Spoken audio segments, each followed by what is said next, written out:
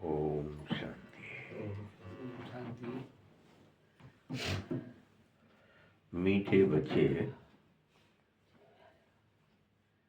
तुम अभी विश्व के सेवक हो, वर्ल्ड सर्वेंट।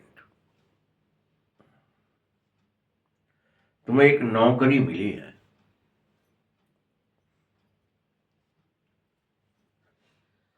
सेवा करने के लिए, विश्व की सेवा।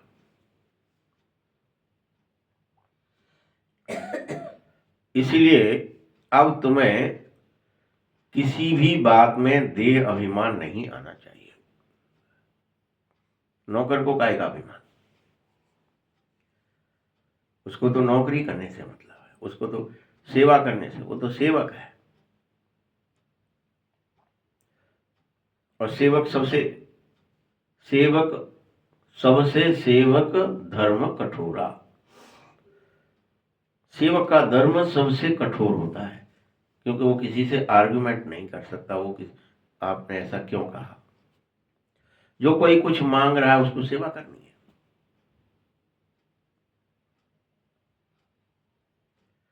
आपके घर में कोई नौकर होता है, वो आप जो कहोगे, ये उठा के लाओ, ये कर दो, वहां चले जाओ, वो ऐसे नहीं कह सकता।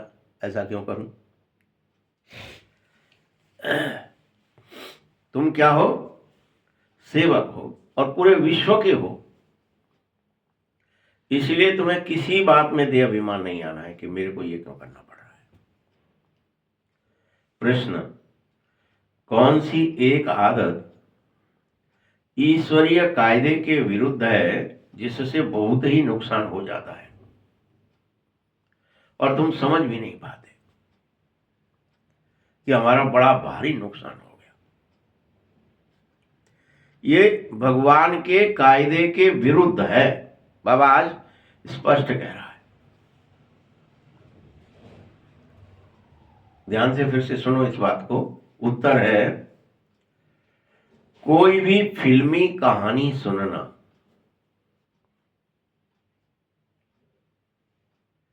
फिल्मी कहानी पढ़ना, नॉवेल्स पढ़ना, ये जो कहानियां हैं, नॉवेल्स हैं, डॉट डॉट डॉट डॉट, ये आदत अगर तुम्हारे अंदर है तो ये बिल्कुल ईश्वरीय कायदे के विरुद्ध है। तुम भगवान की आज्ञा का उल्लंघन कर रहे हो अगर इन कहानियों को पढ़ रहे हो, देख रहे हो, सुन रहे हो।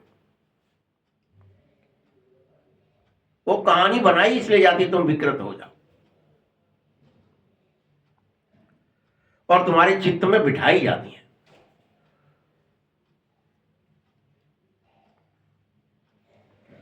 इससे तुम्हारा बेहद नुकसान होता है।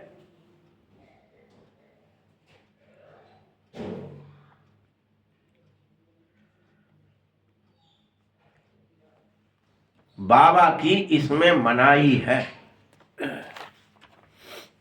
क्या है? कि बाबा की इसमें मनाही है। बच्चे,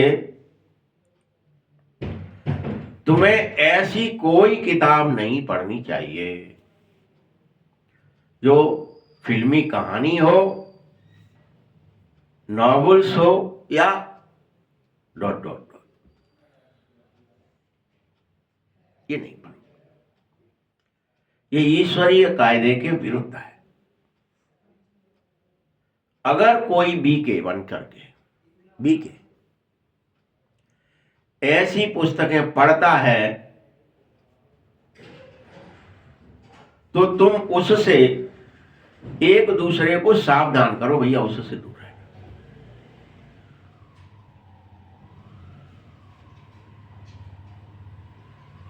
वो आदमी ठीक नहीं है, वो व्यक्ति ठीक नहीं है।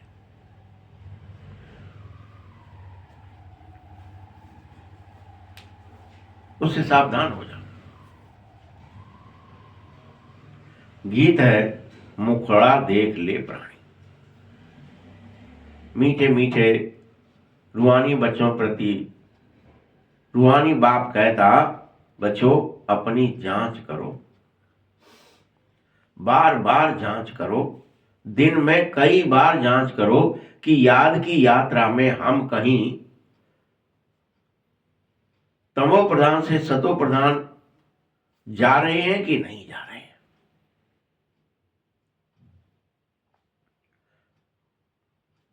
आगे बढ़ रहे हैं कि नहीं बढ़ रहे हैं।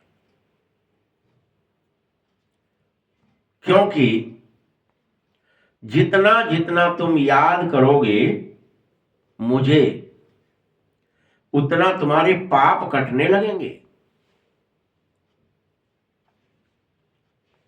लेकिन यह बात किसी शास्त्र में नहीं लिखी है कि भगवान को याद करने से पाप कटते हैं, लिखी नहीं है।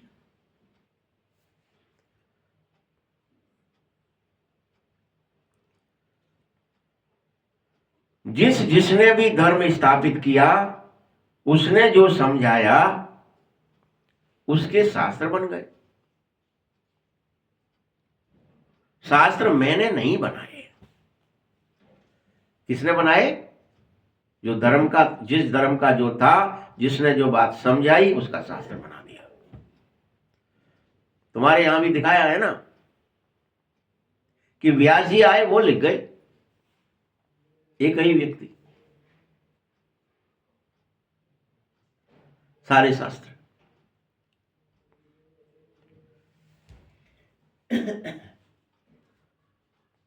उन्हें फिर बैठ पढ़ते हो। कई तो पुस्तक की पूजा करते, पुस्तक किसी ने बना दी, उसकी पूजा हो रही है।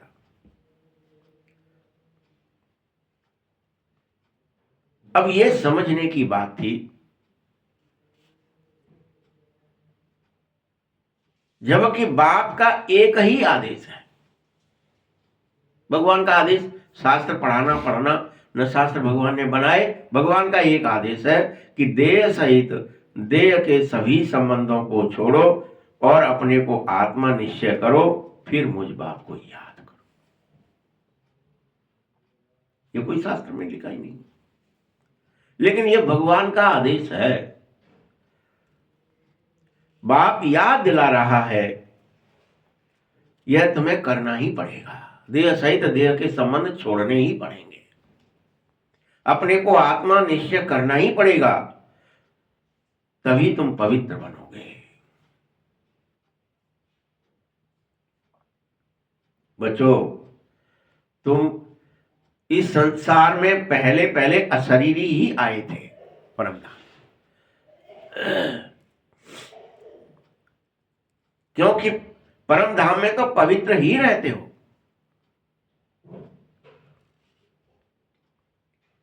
और वहां कोई भी अपवित्र हो न सके। इसलिए वहां मुक्ति और जीवन मुक्ति की कोई बात नहीं है। मुक्ति और जीवन मुक्ति पतित आत्मा कोई जा नहीं सकती उसमें। वह तो निराकारी निर्विकारी दुनिया है। वहां कोई निराकारी है और निर्विकारी है, वो दुनिया ही अलग है। ये साकारी दुनिया है, इसको विकारी दुनिया कहा जाता है। अभी यहां पर भी सतयुग में तुम सब निर्विकारी होते हो, तब यह दुनिया निर्विकारी दुनिया कही जाती है। लेकिन अभी विकारी दुनिया है, चारों तरफ विकार है। देह दुनिया में फंसे लोग हैं, रिश्ते नातों में फंसे हैं।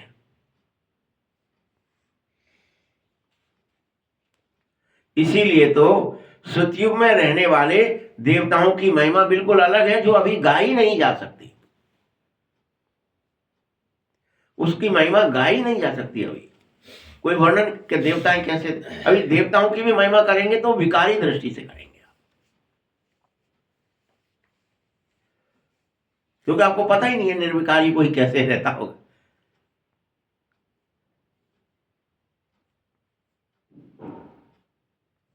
अब बच्चों को समझाया जा रहा है, बच्चे अच्छी रीति धारणा करो और तब औरों को समझाओ। तुम आत्माएं जहां से आई हो पवित्र आई हो, ये याद रखो। तुम्हें ये नहीं पता कहां से आए, कोई बात नहीं, लेकिन जहां से भी आई हो वहां से पवित्र आई हो। यहीं आकर के अपवित्र होना पड़ता है।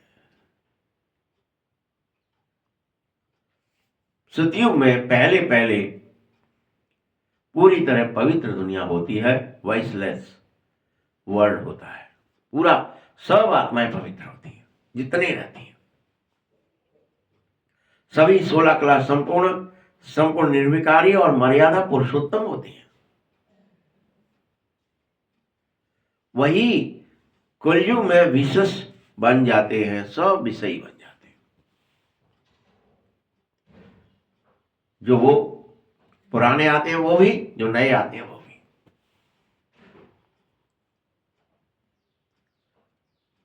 इसे विषयी दुनिया कहा जाता है।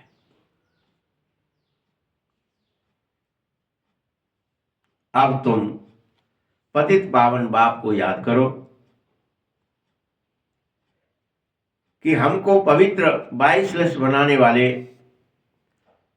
आप इस विशेष दुनिया और विशेष शरीर में आकर के हमें निर्विषयी बना दो। ये प्रार्थना करते हो, हे परमेश्वर आओ हमको वॉइसलेस दुनिया में ले चलो। बाप खुद बैठ समझाता है। यह ब्रह्मा के चित्र पर मूंझते हैं, दादा को क्यों बिठाया? समझाना चाहिए भैया, ये भागीरथ है, ये तो भगवान का रथ है। लेकिन इसमें से भगवान बोलते हैं, शिव भगवान वाच है, मीठे बच्चों मैंने यह रथ लिया है तुम्हारे कल्याण के लिए। पतित दुनिया में पतित शरीर होते हुए भी मैं तुम्हारे लिए इस पर बैठ गया हूं, तुम्हें समझाने के लिए मैंने लिया है।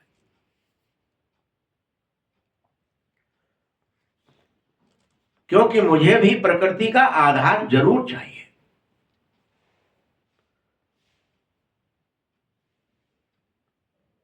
नहीं तो मैं तुमको पतित से पावन बनाने की शिक्षा कैसे दूंगा, कैसे तुम्हें बनाऊंगा? आधार तो लेना पड़ेगा। इसके लिए मुझे रोज पढ़ाना बहुत जरूरी है। मैं रोज आता हूं पढ़ाने। अब आधार नहीं होगा तो मैं आऊंगा कहां? रोज रोज नया शरीर लूंगा क्या?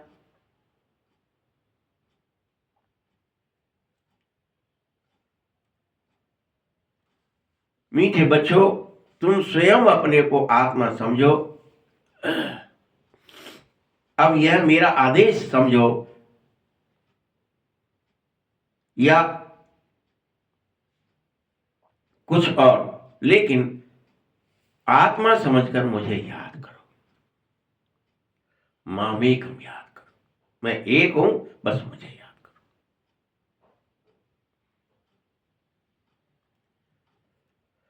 सभी आत्माओं को मुझ बाप को ही याद करना है, सभी को। किसी ये नहीं है कि तुम्हें करना है, उसको नहीं करना है, उसको नहीं करना है, हिंदू मुस्लिम को नहीं करना है, सिख को नहीं, सबको करना है।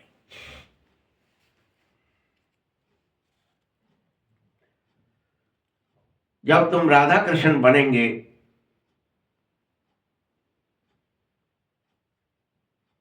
उससे पहले मुझे याद करना होगा।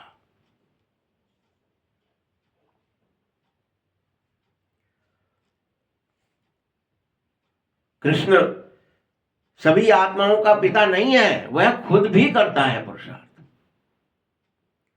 उसको अपना शरीर होता है, यह बाप बहुत बातें सहज में समझाता। जब भी किसी को समझाओ तो तुम यह बात जरूर बोलो कि शिव बाबा कहता है तुम अशरीरी आए थे, अब वापस अशरीरी होकर घर चलो। इसीलिए निरंतर अशरीरी होने का अभ्यास करो। अशरीरी आए थे,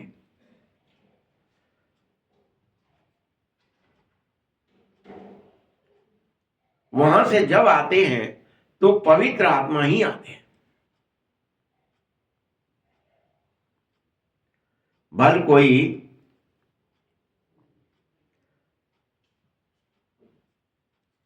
कल आएंगे तो भी पवित्र ही है, महिमा जरूर है। यहां पर भी देखो, सन्यासी है, कोई उदासी है, कोई गृहस्थी है, इनका नाम होता है ना। पहले पहले उनका यह पहला जन्म है, उनको आना ही धर्म स्थापित करने हैं। जैसे गुरु नानक के लिए समझाता है बाबा, वैसे ही तुम्हारे लिए भी कहता हूं। अभी गुरु अक्षर भी कहना पड़ता है, क्योंकि नानक नाम तो बहुतों ने अपने रख लिए हैं। कौन सा नानक? बाबा की महिमा की जा रही है, उस मतलब से कहा जाता है।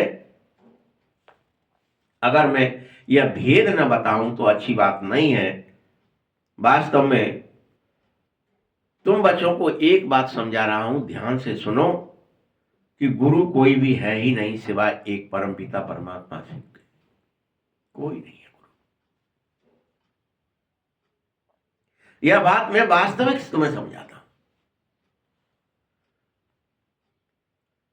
और जिसके लिए वर्णन भी है, वो लोग भी गाते। वो लोग मतलब जो गुरु नानक है या जो उनके पंथ के हैं और हैं, सतगुरु अकाल, वह अकाल मूर्त है। अर्थात वो से कालों का भी काल है, उसे काल तो खा न सके। वह एक आत्मा है। तभी तो ये कहानियां बैठ बनाई है यहां पर बहुत सारी। मीठे बच्चे, तुम सभी कहानियों से, फिल्मी कहानियों की किताबों से, नॉवेल्स आदि से पूरी तरह खबरदार हो जाओ, इन्हें हाथ भी न लगाओ।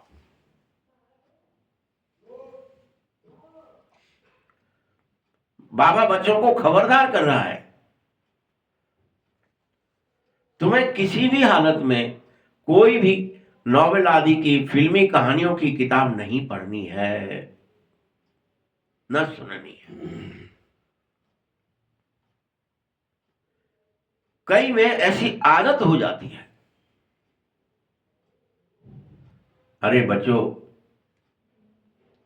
तुम तो सौभाग्यशाली बन रहे हो। तुम अपना माथा खराब मत करो। अगर कोई बीके बनने के बाद नॉवेल पढ़ता है, इसलिए बाबा सब बच्चों को कहता, किसी को भी अगर तुम नॉवेल पढ़ते देख भी लो और वो बीके है, तो झट उठाकर उस किताब को फाड़ दो। उसमें तुम्हें बिल्कुल डरना नहीं चाहिए। क्या कह दिया बाबा ने?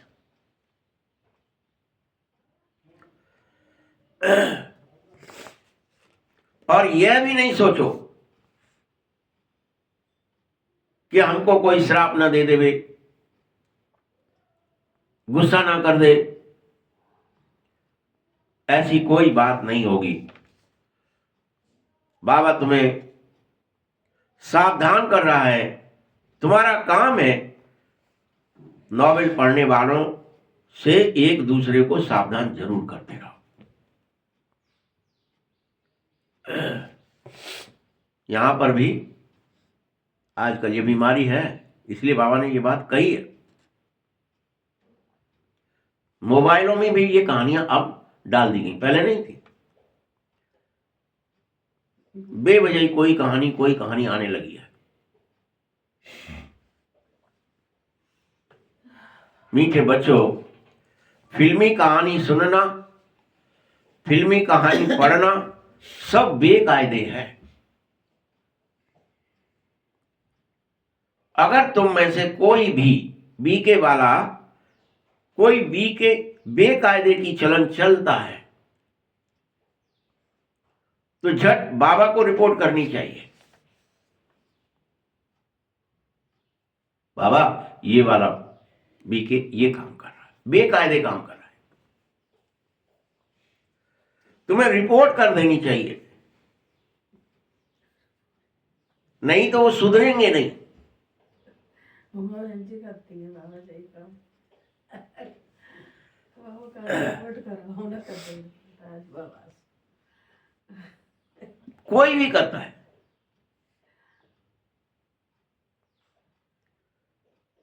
वो जरूर खुद का नुकसान तो करता ही है, साथ में अनेकों को भी नुकसान करता है।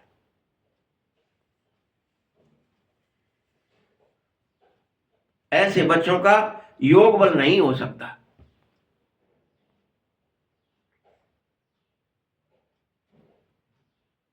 तो भला ऐसे बच्चे यहां क्या बैठ सिखाएंगे किसी और को, और बीके नाम रखा है। इसीलिए बाबा की सख्त मनाही है।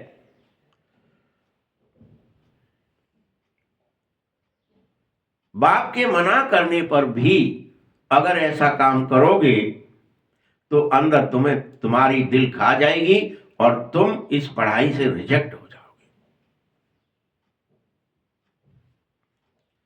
शूद्र के शूद्र बने रहोगे, ब्राह्मण नहीं बन सकते। अपना नुकसान होगा। इसीलिए कोई में भी कोई अवगुण देखो तो लिख देना चाहिए, कोई बेकायदे चलन ना चले, इसका ख्याल रखना चाहिए। क्योंकि तुम ब्राह्मण इस समय सारे विश्व की सेवक हो, सर्वेंट हो, नौकर हो।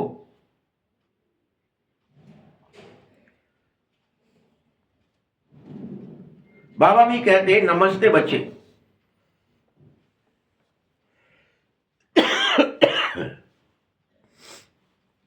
अर्थ सहित समझाते हैं। अगर कोई तुम में टीचर बच्चियां हैं, तुम बच्चियां पढ़ाने वाली हो संसार को ज्ञान, तो तुम्हारे अंदर देह अभिमान तो बिल्कुल आना ही नहीं चाहिए, क्योंकि तुम तो ईश्वरीय सेवा में हो।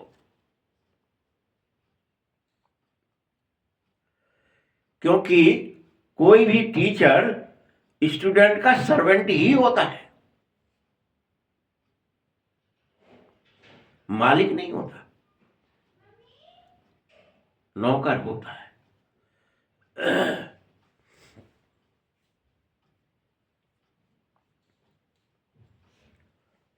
अनेक गवर्नर आदि भी ऐसे हैं, गवर्नर जो होते हैं ना, राज्यपाल,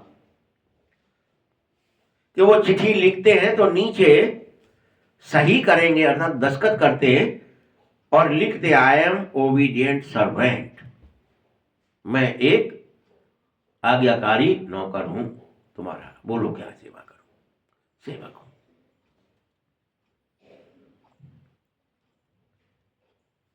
बिल्कुल सन्मुख नाम लिख देते,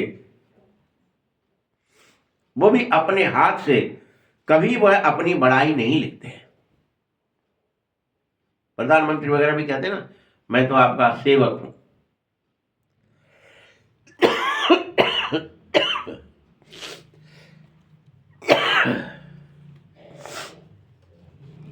आजकल गुरु तो अपने आप को आप ही श्री श्री लिखे घूम रहे हैं, खुद ही खुद को कि हम तो क्या बन गए, गुरु जी बन गए हैं, हम तो श्री श्री 108 हैं, श्री श्री 1008 हैं। उल्टा ही लिख रहे हैं, नौकर नहीं समझ रहे। गुरु बने हैं, सुधारक बने हैं, सेवक बने हैं, तो सेवक का मालिक बनने की बात कर रहे हैं।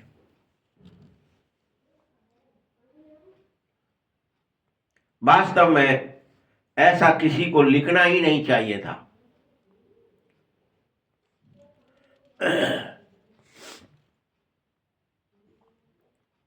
और ना ही कोई फीमेल श्रीमती लिख सकती,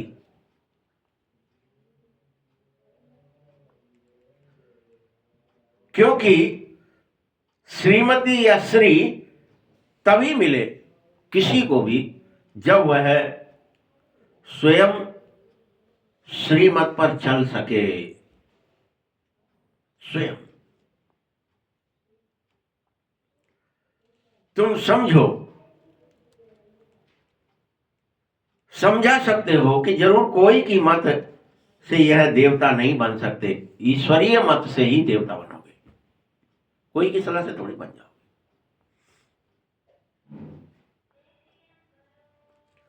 भारत में किसी को भी यह पता ही नहीं है अभी तक कि मनुष्य विश्व का मालिक कैसे बनता है, कैसे नर से नारायण बनता है, कौन सी पढ़ाई पढ़ता है, ये किसी को पता ही नहीं है। तुमको तो नशा चढ़ जाना चाहिए। मुख्य उद्देश्य का चित्र सदैव लक्ष्मी नारायण का अपनी छाती पर लटका लो भले, लेकिन तुम्हें बनना यही पड़ेगा। ये तुम्हारा मुख्य उद्देश्य है।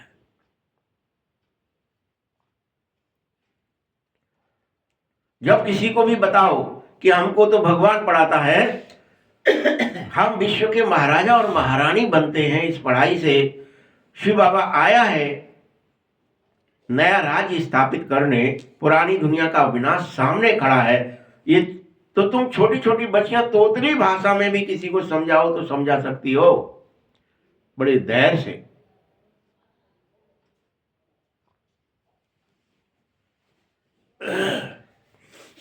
भारत में फिर से लक्ष्मी नारायण का राज्य स्थापित हो रहा है। ये डंके की चोट पर कहो, डरो मत। लेकिन तुम्हें स्वयं भी सारा दिन सेवा का नशा रहना चाहिए।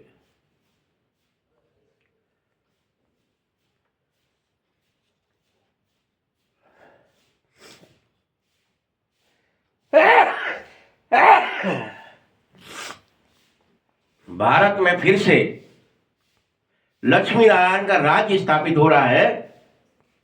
शिव बाबा हमको राजयोग सिखा रहा है। शिव भगवान वाच है, मीठे बच्चे तुम अपने को आत्मा समझ मुझे याद करो और फिर से तुम लक्ष्मी नारायण बन जाओ। वैसे ये काम करो, लेकिन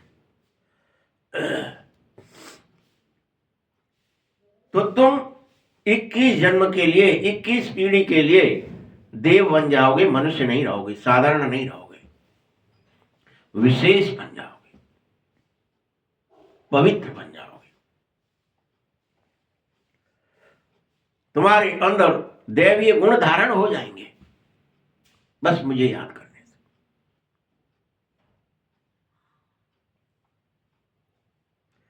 अभी तो आसुरी गुण है, काम क्रोध लोभ मोह देह अभिमान भय चिंता दुख, इसकी याद उसकी याद देह दुनिया की याद, ये आसुरी अवगुण है। श्रेष्ठ बनाने वाला एक शिव बाबा है जो श्री श्री है, वही ऊंचे से ऊंचा है, वही ऊंची बात बता रहा है, बस उसकी बात को मानना है, धारणा करनी है, उस पर चल जाना है। भगवान वाच है, मन मना भाव, मन मुझे दे दो। बोलो, मन भगवान को दोगे ना? जो कोई भी ऐसा करेगा सो महावीर महावीरनी बन जाएगा। बस इतना कर दो।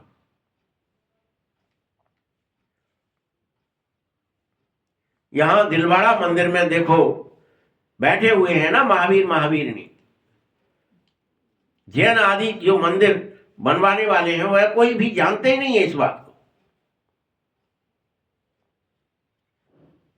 तुम छोटी छोटी बच्चियां कोई से भी विजिट ले सकती हो। तुम सब अभी बहुत श्रेष्ठ बन रही हो। भारत की यह मुख्य उद्देश्य है तुमको विशेष रूप से ये नशा चढ़ जाना चाहिए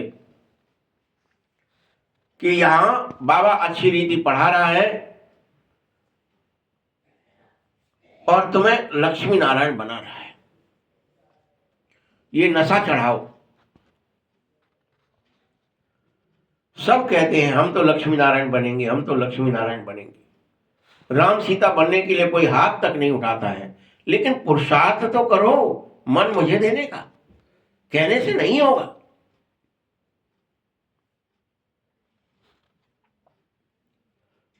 अभी तो तुम सब, बाप जानता है तुम्हारी रिजल्ट कि तुम अभी क्षत्रिय हो।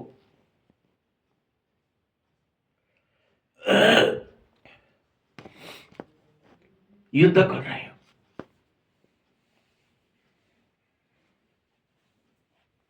अभी ब्राह्मण भी नहीं बने हो सही सही।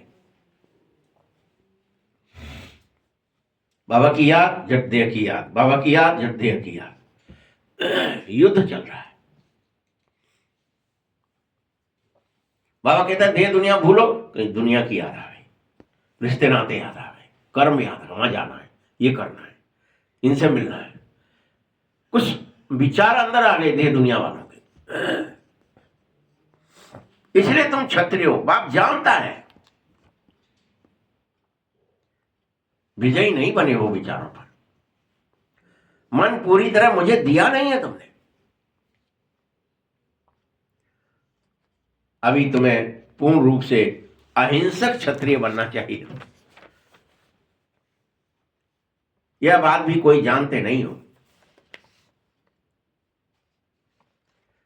क्षत्रिय बन गए तो क्या बन गए? हिंसक हो गए। क्षत्रिय माने योद्धा, क्षत्रिय माने काटने वाले, क्षत्रिय माने सर काटने वाले, क्षत्रिय माने युद्ध करने वाले, हिंसा करने वाले। ऐसा नहीं है। क्षत्रिय भी बनो तो अहिंसक तो बनो।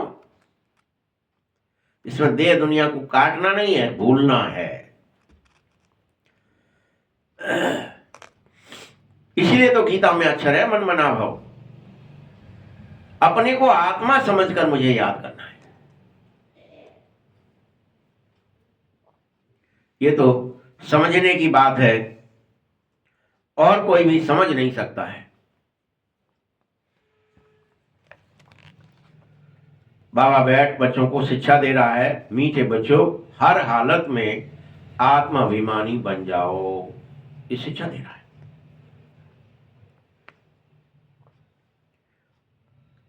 अगर तुमने ये किया, आत्माभिमानी बने, तो यह आदत तुम्हारी पूरे 21 जन्मों के लिए चलती रहेगी। तुम हमेशा आत्माभिमान में रहोगे,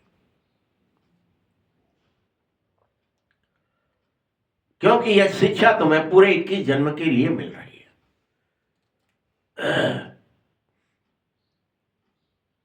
बाबा भी घड़ी घड़ी मूल बात ही समझाता है, घड़ी घड़ी समझाता है कि तुम अपने को आत्मा समझकर ही बैठो, और तुम बार बार घड़ी घड़ी भूल जाते हो। फिर बाबा समझाता है, फिर भूल जाते हो, फिर समझाता है।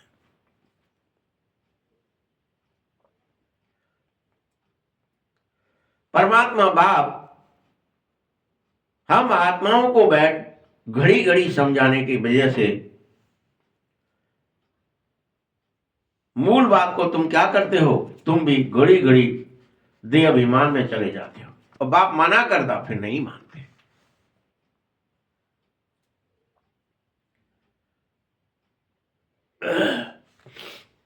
कई बच्चे हैं देह अभिमान आने से फिर वह गौरवार आदि याद कर लेते हैं,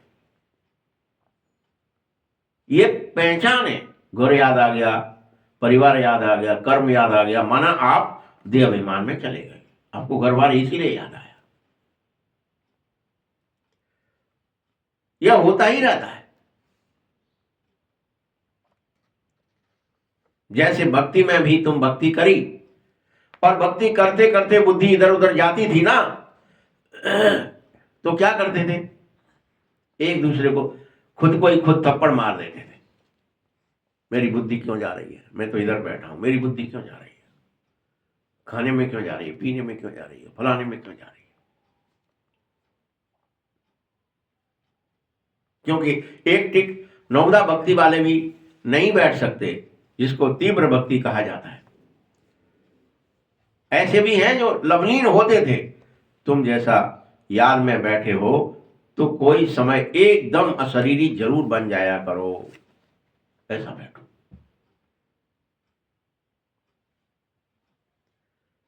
जो अच्छे बच्चे होते हैं उनकी ऐसी अवस्था हो ही जाती है, वह जरूर बैठेंगे।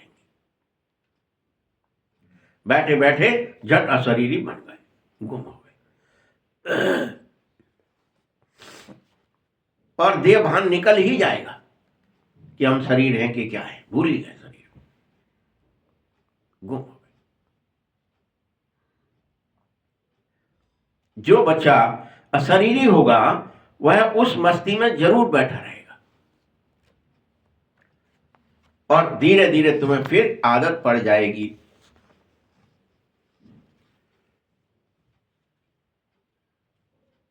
यह पुराना शरीर छोड़ो और घर चलो। सबका अपना अपना धर्म होता है, कोई भी दूसरे धर्म में नहीं जा सकता है। आदि सनातन देवी देवता धर्म वाले भी तमो प्रधान जरूर बने हैं, लेकिन वह अपने धर्म को फिर से याद कर लेंगे। गीता का भगवान कब आया, गीता का युग कब था, कोई जानता भले नहीं है। अभी तुम संगम पर हो और बाप तुम्हें रोज राजयोग सिखाता है, बच्चे देह सहित देह के सब संबंधों को भूल जा, तमो प्रधान से सतो प्रधान बन जा, रोज याद दिलाता है और बनाता है मन। भाई क्या कर रहा है, ये भारत की ही बात है। एक धर्म की स्थापना हो रही है और अनेक धर्मों का विनाश भी हो जाएगा। पुनः सतयुग में फिर से एक धर्म हो जाएगा, एक राज्य हो जाएगा, एकता हो जाएगी। हर कल्प यही होता है। पिछले कल्प भी सतयुग में एक ही धर्म था, अभी कलयुग है, यहां देखो अनेक धर्म है, अनेक भाषाएं हैं, अनेक संप्रदाय हैं। फिर से एक धर्म की स्थापना हो रही है।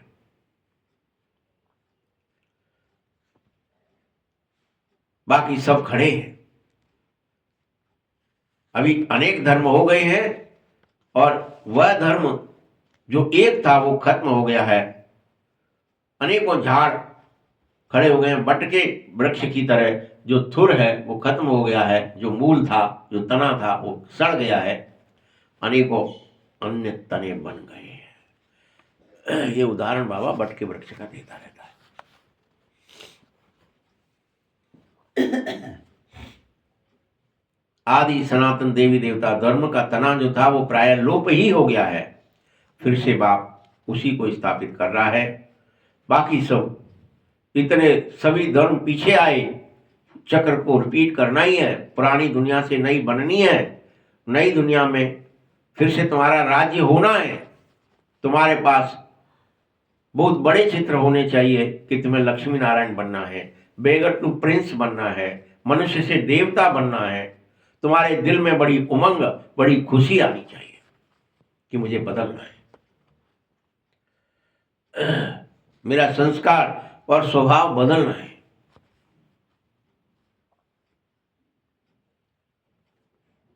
हम भगवान के बच्चे हैं और हम आत्माओं को भगवान खुद पढ़ा रहा है। बाबा हमको नयनों पर बिठा रहा है इस छीछी दुनिया में तो हमको रहने का ही नहीं है। अभी देखो धीरे धीरे आगे चलकर त्राही त्राही होगी। बात मत पूछो, उसकी बात मत सोचो, कितनी त्राही होने वाली है। चारों तरफ हाहाकार हो जाएगा आगे चलकर। और नाहिक में करोड़ों मनुष्य मर जाएंगे बेवजह। नाहिक माने बेवजह, कोई कारण नहीं होगा मारने का।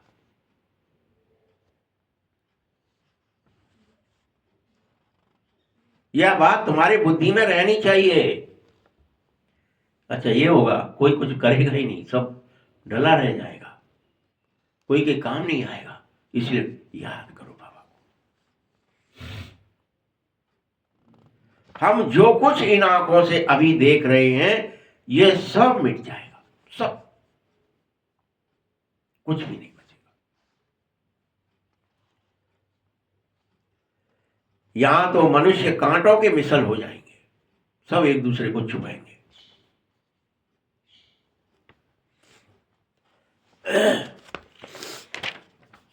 मनुष्य ही मनुष्य का सबसे बड़ा दुश्मन बन जाएगा। आदमी को आदमी से डर लगेगा।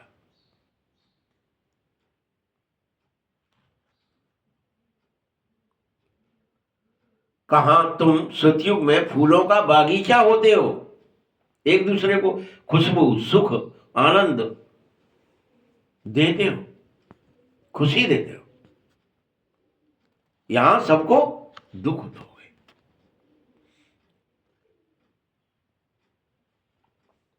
फिर धीरे धीरे हमारे नयन ही ठंडे पड़ जाएंगे। बगीचे में जाने से जैसे नयन ठंडे शीतल हो जाते हैं, तुम सतयुग में ऐसे ही फूलों का बगीचा बन जाओगे।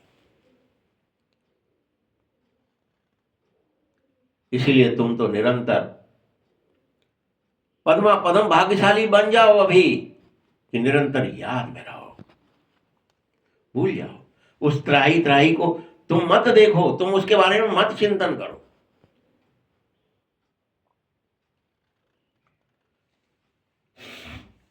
तुम ब्राह्मण बने हो ना। क्या कह रहा है? ब्राह्मण जो बनता है, बाबा सुनो ध्यान से, क्या है? ब्राह्मण बने हो, ब्राह्मण जो बनता है उसके पांव में पद्म हो जाता है, कमल उसके पैर में आ जाता है, उसके पैर पद्म हो जाते हैं। जहां पड़े, इसीलिए कहते हैं ब्राह्मणों के पैर पड़ जाएं, थोड़ा हमारा घर पवित्र हो जाए। उसके पांव में पद्म मतलब जानते हो क्या? तुम बच्चों को यह बात समझनी चाहिए कि हम फिर से राज्य स्थापित कर रहे हैं, स्वराज्य में भी जाएंगे, विश्व राज्य करेंगे। फिर से सातों गुणों की स्थापना हो रही है। बाबा ने तो तुम्हें सफेद साड़ी पहनवाई है, बैज लगवाए हैं, इससे स्वतः सेवा होगी। ये अपने आप तुम्हारा शरीर भी सेवा करेगा।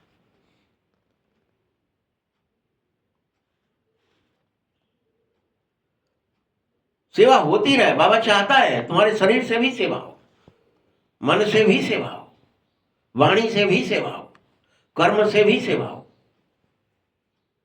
तुम्हारा हर एक्शन सेवा करे। भल मनुष्य अभी ऊपर से गाते थे आत्मा परमात्मा अलग रहे, परंतु इसका अर्थ नहीं समझते।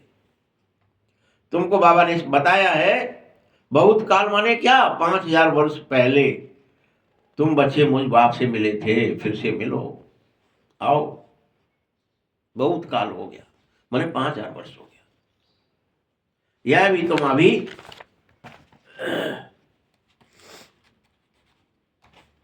जानो कि इस सृष्टि में सबसे नामी ग्रामी राधा कृष्ण होते हैं, सबसे नामी ग्रामी, उससे बड़ा कोई नहीं होता पूरी सृष्टि में।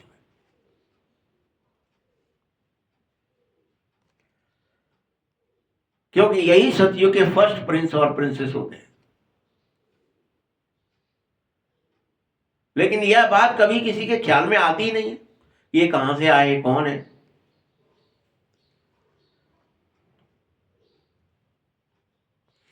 याद रखना, कल सतयुग के आने से पहले जरूर कलयुग ही होता है। हर कलम हमेशा कलयुग के बाद ही सतयुग आता है। उससे पहले कौन था? सतयुग आ जाएगा तो कलयुग ही था पिछले कलम में। तो उन्होंने ऐसा क्या काम किया जो वो फिर से राधा कृष्ण बने, अर्थात विश्व के मालिक बनने की स्टेज में आए? जरूर उन्होंने निरंतर मुझ बाप को ही याद किया और पवित्र बने।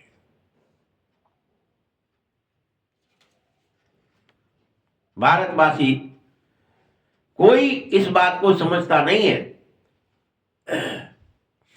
कि इनका फिर से राज्य स्थापित होगा और फिर से कोई और धर्म नहीं रहेगा। अभी तुम बच्चे जानो कि शिव बाबा हमको फिर से राजयोग सिखा रहा है। हमारी मुख्य उद्देश्य यही है। बल मंदिरों में भी चित्र आदि इनके हैं, परंतु यह थोड़े ही समझते हैं कि ये चित्र हैं, किसके हैं और क्यों बने हैं। कोई नहीं समझता। चाहे लक्ष्मी नारायण के हजारों चित्र देख लो, राधा कृष्ण के देख लो, लेकिन उससे कोई समझ नहीं पाता है कि ये क्या चीज है।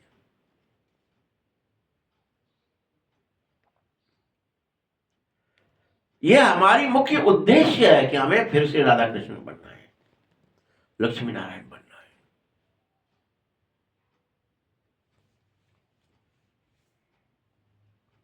फिर से यह समय स्थापना का आ गया है कि हम स्थापित हो जाएं अपने स्वरूप में।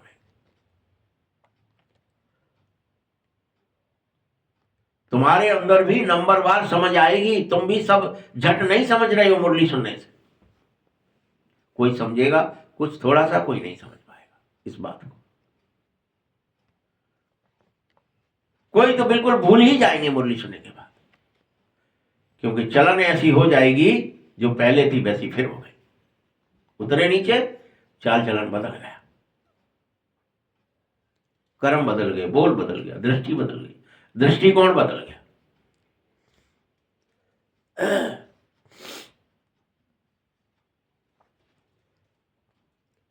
यहां समझाता हूं तो लगता है बहुत समझ गया और कहता भी बहुत अच्छा, लेकिन यहां से बाहर निकला सब खल्लास हो जाता है।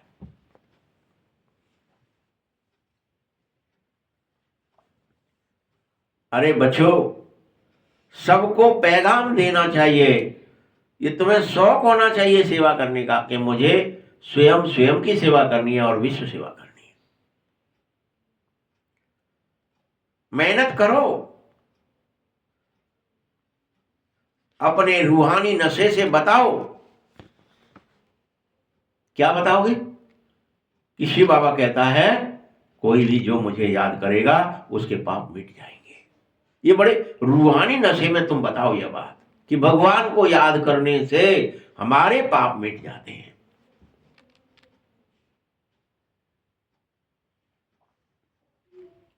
हम एक शिव बाबा के सिवाय और किसी को याद नहीं कर सकते।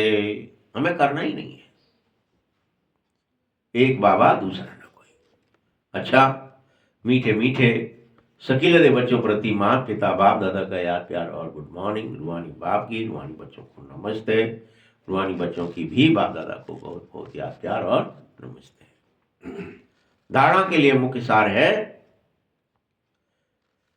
मुख्य उद्देश्य का चित्र। मुख्य उद्देश्य मतलब लक्ष्मी नारायण का चित्र, छाती पे टांग लो, कहा था ना। तो मुख्य उद्देश्य का चित्र सदा साथ रखो।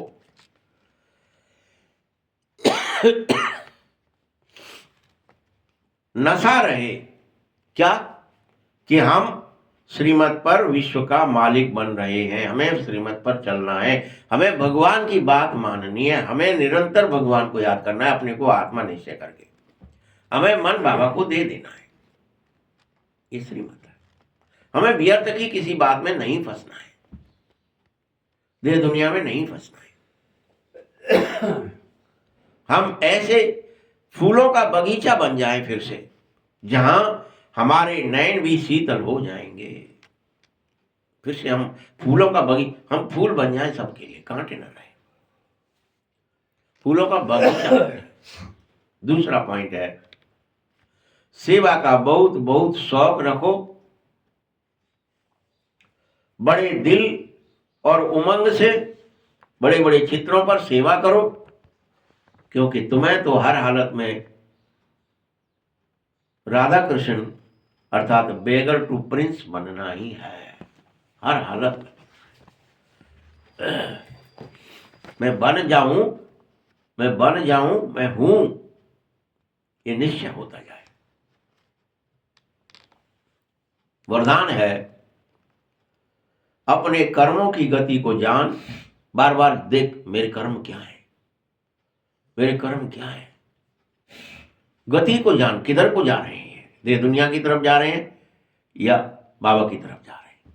अपने कर्मों की गति को जान, गति सदगति का फैसला खुद करने वाले। कौन करेगा तुम्हारी गति सदगति में जा रही है या दुर्गति में जा रहे हो? अभी भी फैसला खुद करने वाले मास्टर दुख हरता सुख करता भव। तुम कैसे बनो? फैसला करो खुद ही, और खुद ही मास्टर बन जाओ, मालिक बन जाओ। किस चीज के? दुख का हरण करने के, सुख को देने के। मास्टर दुख हरता सुख करता भव, ये वरदान भगवान देता है। अभी तक अपने जीवन की कहानी आपने देखी,